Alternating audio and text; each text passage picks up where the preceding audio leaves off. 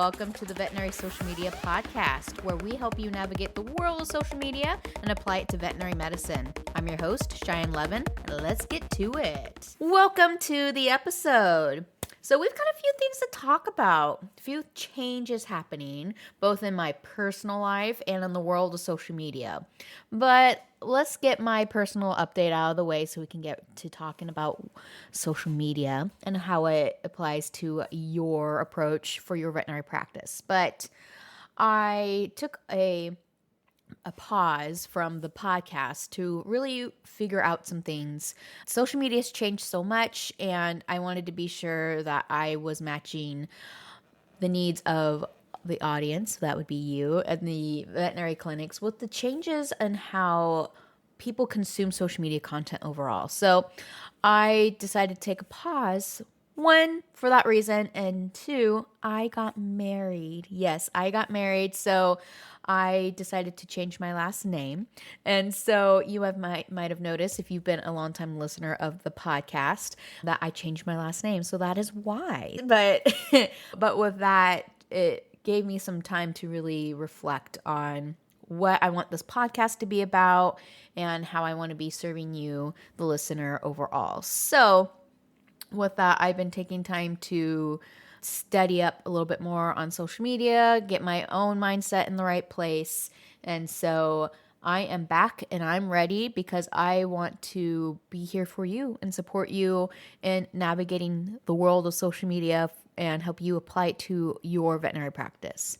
Because your veterinary practice that you work at is completely different from the neighboring social media practice, veterinary practice that you may see as competition. But in reality, you guys are just different and you practice and approach medicine differently. So we want to use social media to help you amplify your presence and really help the pet owners that need the help the most.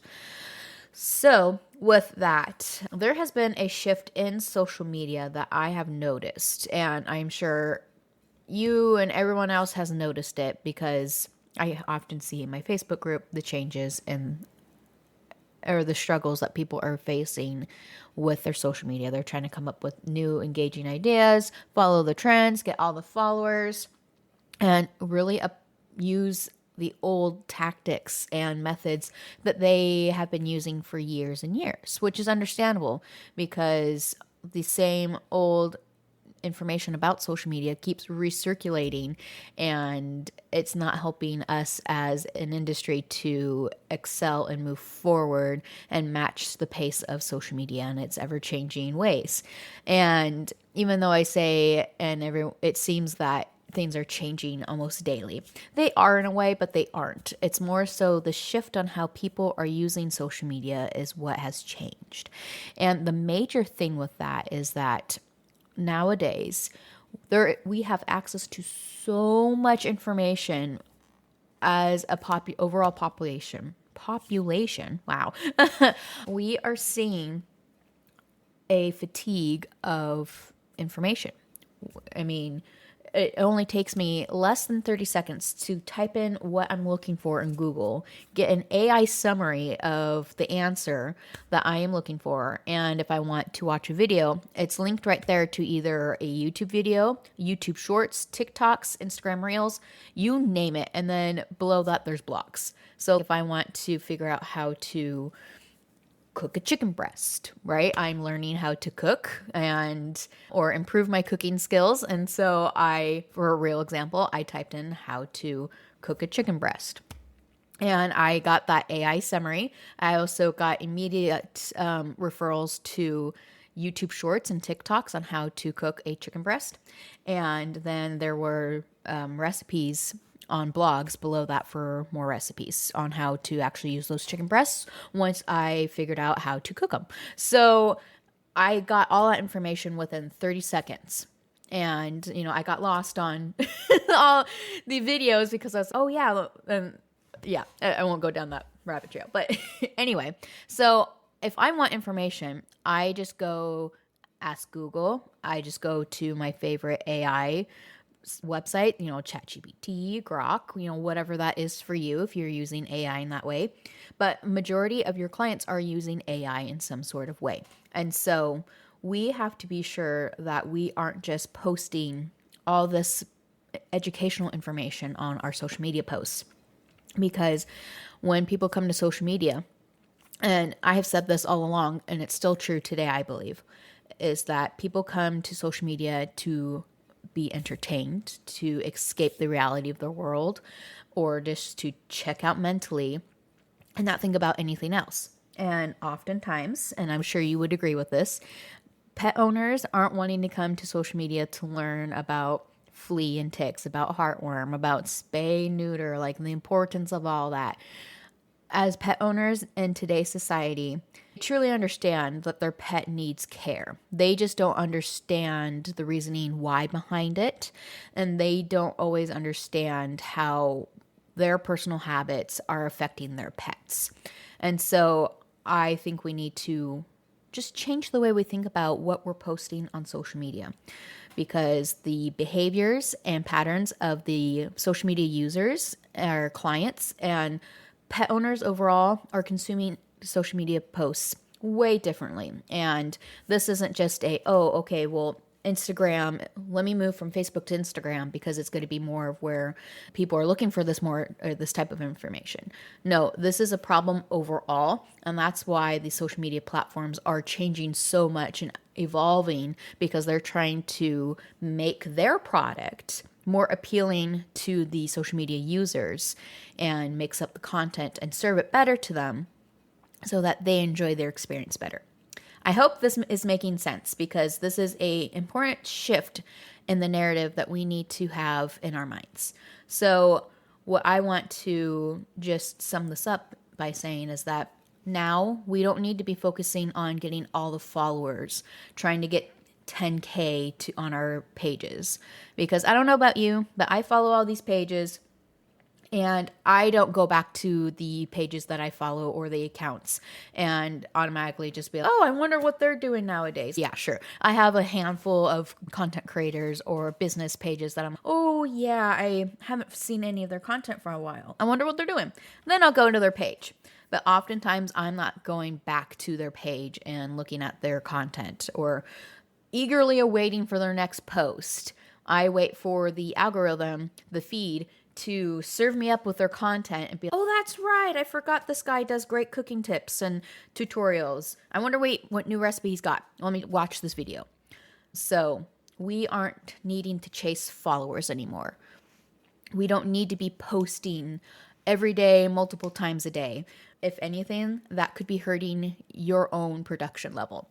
And I just want to say this to give you this freedom to release this. Since we are not influencers, to the typical audience I'm talking to, at least for veterinary practices, we are not influencers.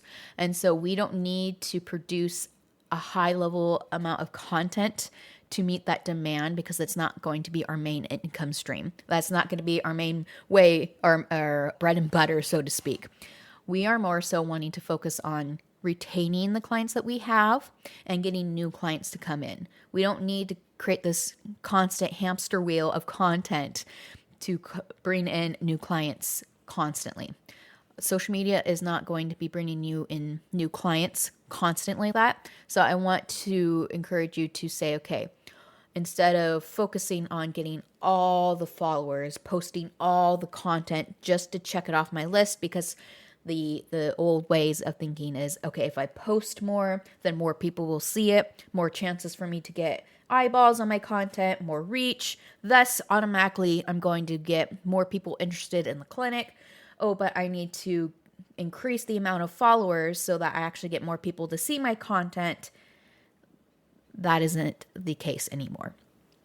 The main thing you need to be focusing on is creating content that is going to appeal to people. It's going to connect with people, or it's going to cause them to be wanting to apply the great advice that you're providing them with some sort of value or some life improvement to their day. So that is kind of the overall shift I want you to be thinking about and stepping away from that old advice.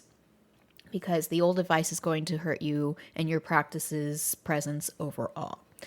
And so what I want you to focus on now is getting your content to be shareable. So I don't know if you've ever experienced this, but as a millennial, I fully appreciate when someone sends me a TikTok or a reel or a meme in Messenger chat that perfectly explains how I'm feeling or expresses how the other person I'm talking to is feeling about a situation. It's an easy way for me to connect and to understand visually, because I am a visual learner. I don't know about you, but to visually see and understand what is going on. So I want you to be focusing more on content that is going to be either shareable, it's going to cause someone to save the content, or it's going to get lots of views. And the viewing metric really applies more so to videos and short form videos. So if you are more able to produce stuff that you create in Canva or photos, then definitely focus on the shares and saves. But those two will indicate that people are enjoying and value your content and want to either share it with someone who could use that information or can get entertainment from it, or they want to save it for later so that they can refer to it again and again. So think about when it's coming to those two things in particular. I want you to be thinking about, is this something that I would want to share with my best friend or a family member? Or is this something that I would, as a pet owner who doesn't know much about pet ownership or is trying to make my pet's life the best, is this something that I want to save or share with someone else? Put it in the perspective of the pet owner or the client, and not from your eyes as the vet professional. I have been guilty of doing that so many times. Oh, of course they know how to do this, right? Because it's common knowledge. No, it's not common knowledge. If you think it's common knowledge, it's probably not to the pet owner, unfortunately. Yes, we have access to all of this information, but people might not either look it up, they might not understand it in a context that applies to them, or they just forget. So think about it from that way, and just completely throw out the window. Reach is no longer tied to a follower count, and the content that you post, the best content anyway, is going to be full of intention, with purpose, and it's going to spread to people. It's not going to spread to other pages. Okay. One thing that I have shared in the past that I want to remind you is that if you have been trying to get your Facebook page up to 10,000 followers or your Instagram page up to 10,000 followers, I just want to remind you that more likely all of those 10,000 followers aren't going to be people that are going to do business with you, because they're not going to be a local community that is coming to do practice with you or to do business with you. They are going just to be anyone from anywhere doing business. The vet hospital is designed to serve the community, the local community, and not a global audience. And so I think we need to shift our perspective when it comes to followers in that regard. So, and also think, if I had 10,000 clients in my practice, do you think your team would be appreciative of that? Or do you think they would be, oh my gosh, stop posting? Yes, that'd be a welcome problem in a sense. But at the same time, I don't think your practice can handle 10,000 clients. Again, that depends on your practice in general, but yeah, in general, that won't apply to your hospital, I'm assuming. So, but overall, in today's social media economy, your audience is going to appreciate the usefulness of what you post and not how much you post. So really approach your content with intentionality and with purpose. And I promise you're going to see a difference in your ROI on your content overall. So what does this mean for you as the vet professional posting for your clinic? This means that you don't need to be posting every day. You don't need to be chasing trends. Yes, trends are fun and they add some fun to your personal creation of the content, and it brings some fun to the feed for your followers or the audience consuming your content. But you don't need to chase those trends to be relevant, okay? and you don't need viral content. I promise you, I have been viral before. My hospital has been viral before, or viral for us, and it did not do anything for us. If anything, it created a little bit more of an issue because we had people from different counties that weren't even close to us trying to do business with us, and we were already booked. We weren't accepting new clients, and so the attention was nice. I loved that. It gave me a confidence boost, but for the hospital, it didn't do anything for our business. So instead, think about providing a clear message. Have intentional topics that you're talking about, and have in mind who you're posting it for and how you can make it meaningful for them. Because if it's meaningful for them, I said, if it connects with them, if it makes them laugh, if it makes their day better or easier, they're going to naturally just share that with someone or save it or watch it a few times. So that is giving you the permission to say you don't need to post every day. You don't need to chase trends, and you don't need to go viral. Okay. That is old thinking. We don't need that anymore here in 2026 or whenever you're listening to it. We don't need this from this day forward. Okay. So overall, this means that we need to be more intentional with how we are going about creating and planning out posts. I know I probably just made some of you cringe by say planning, but I promise you with this new shift in social media, we need to be thinking ahead more about what we're posting and how we can be intentional with making it relate and connect with our audience that we are posting it for, which generally is probably going to be the clients that follow you and the pet owners that they share that content with. Or if the algorithm serves up your content to new people, that could be potential new clients.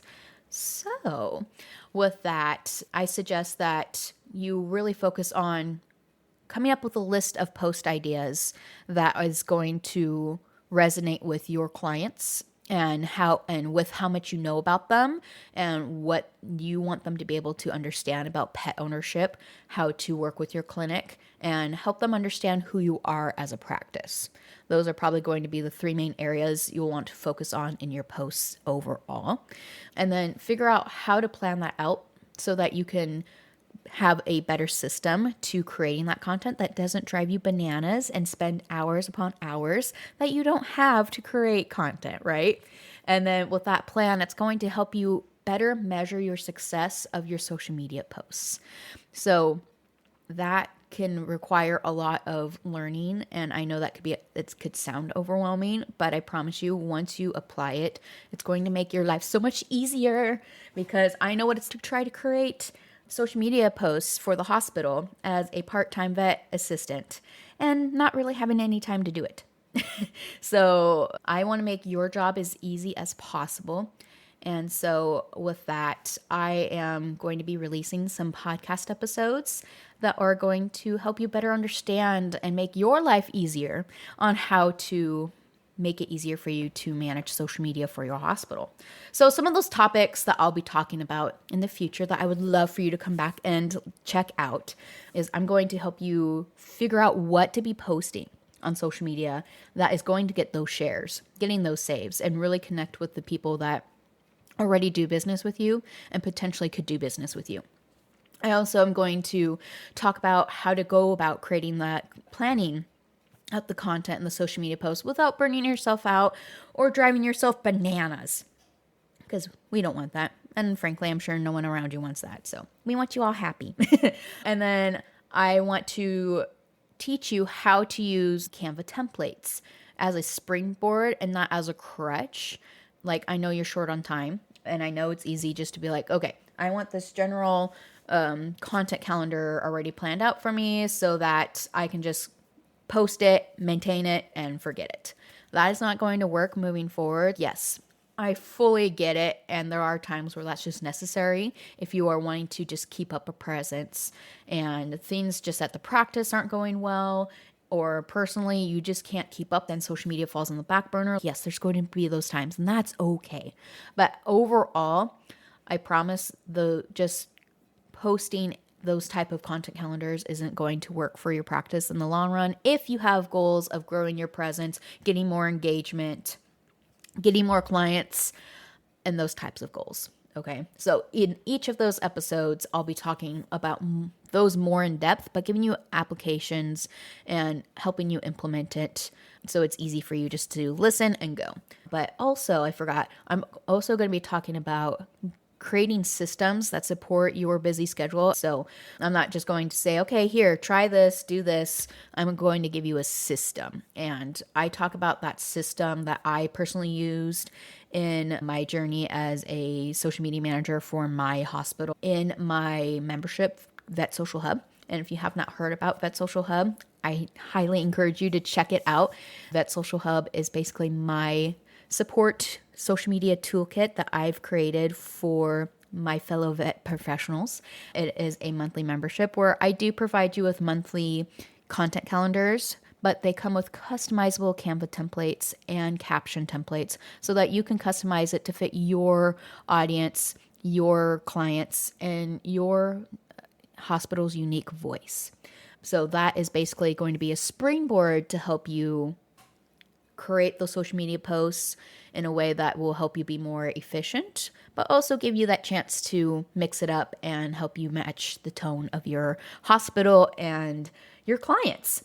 But overall, there is access to a library of Canva templates. I believe last I counted, it's over 1,500 templates that you can go in anytime, pick out what you need. If you need a quick template on, you got a hospital closure, or the phone lines aren't working and you don't have time to necessarily create a whole Canva graphic from scratch, I've got that set up for you already. So you can just go into Canva, customize it, change the colors, whatever you need to personalize it, and have that ready for you. But more importantly, I'm going to be giving you resources to help you troubleshoot things, to understand things in social media, help you plan out stuff, basically give you that shortcut. If you need a quick answer on how to troubleshoot something, that resource will be there and available for you. I will be inside the membership to support you, give you guidance if you need a second opinion on a post you're creating, or if you're stuck on how to figure out how to reach this goal your practice owner's trying to give you. You can message me inside the membership portal and I'd be there to support you. So if that sounds something that you would love to have that alongside to support you in this journey, because I know what it's to be doing that journey alone. There's a lot of work to learn and how to train yourself how to do that. And I want to be there for you to help reduce that friction, that all the time it takes, and just give you all the information that I know so that you can just soar and succeed. But if you want to join Vet Social Hub and get that support, then head on to the description of this episode or go to heycheyenne.com/Vet Social Hub, and all the details will be there for you. But to close this episode out, I want to ask you to think about this. When you are going to create content or social media posts for your practice, I want you to be sure that you're asking yourself, are we posting to be followed or are we posting to be shared? That alone, I think, will help you to figure out if something you're posting is going to give that boost to your engagement and help your overall reach in social media. All right, so we will be talking more about all this in the upcoming episodes. But until then, I thank you so much for joining me, and I hope you have a wonderful day, wonderful week, and I can't wait for you to join me for the next episode. All right, have a great day.